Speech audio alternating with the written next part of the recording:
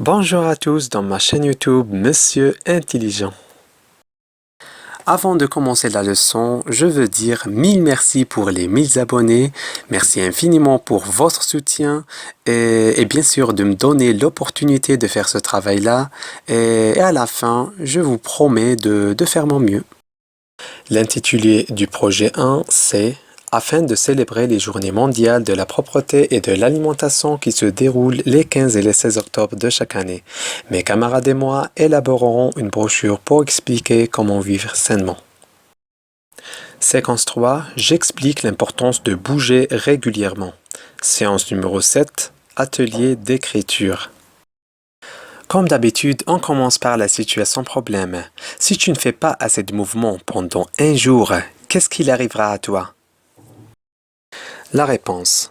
Si je reste sans mouvement pendant un jour, peut-être, le sang ne circule pas correctement dans mon corps. Peut-être, j'aurai des problèmes de respiration. Peut-être, la chaleur diminue dans l'organisme. Le texte. Le monde en marche. La marche à pied est de plus en plus pratiquée comme une activité sportive et à la portée de tous. Quels sont donc ses bienfaits? La marche à pied entretient la souplesse des articulations et renforce les os sans imposer d'efforts violents.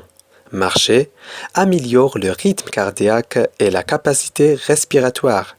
Il est en effet prouvé que marcher à raison de 30 minutes par jour minimum permet d'éviter la prise de poids et prévient contre l'obésité. Plus qu'un sport, la marche à pied est un excellent remède contre le stress. lasantépourtous.com. Activité numéro 1. Je comprends et j'explique le texte. La première question. La marche à pied est-elle pratiquée souvent? Justifie ta réponse à partir du texte. La réponse. Oui, la marche à pied est de plus en plus pratiquée comme une activité sportive et à la portée de tous. Regardez dans le texte. La marche à pied est de plus en plus pratiquée comme une activité sportive et à la portée de tous. La deuxième question. À quoi sert la question posée dans le texte? La réponse. La question posée dans le texte est la problématique. Elle sert à identifier le thème qu'on va traiter au développement. Regardez dans le texte, quels sont donc ces bienfaits? C'est-à-dire, on va parler des bienfaits de la marche, parce que c'est un adjectif possessif qui renvoie à la marche. La troisième question. Combien y a-t-il de parties dans ce texte? La réponse. Il y a 3 parties dans ce texte. Il y a l'introduction, le développement et la conclusion. Regardez dans le texte. La partie en rouge est l'introduction. La partie en vert est le développement. La partie en jaune est la conclusion. La quatrième question. Quelle est la partie qui se rapporte à l'explication? La réponse. La partie qui se rapporte à l'explication est le développement. Regardez dans le texte. La cinquième question. Quelle phrase sert de conclusion au texte? La réponse.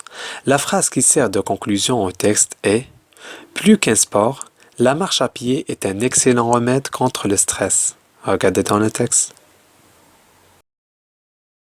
Activité numéro 2. Les bienfaits de la marche à pied. Ton camarade, qui souffre de surpoids, se déplace souvent en voiture pour venir au collège, malgré qu'il n'habite pas très loin du CEM. Consigne, rédige 2 ou 3 phrases à travers lesquelles tu lui expliqueras la nécessité de faire de la marche à pied. La correction. Les phrases proposées. La marche à pied évite plusieurs maladies graves. La marche à pied est très bonne pour notre santé. La marche à pied diminue les graisses du corps.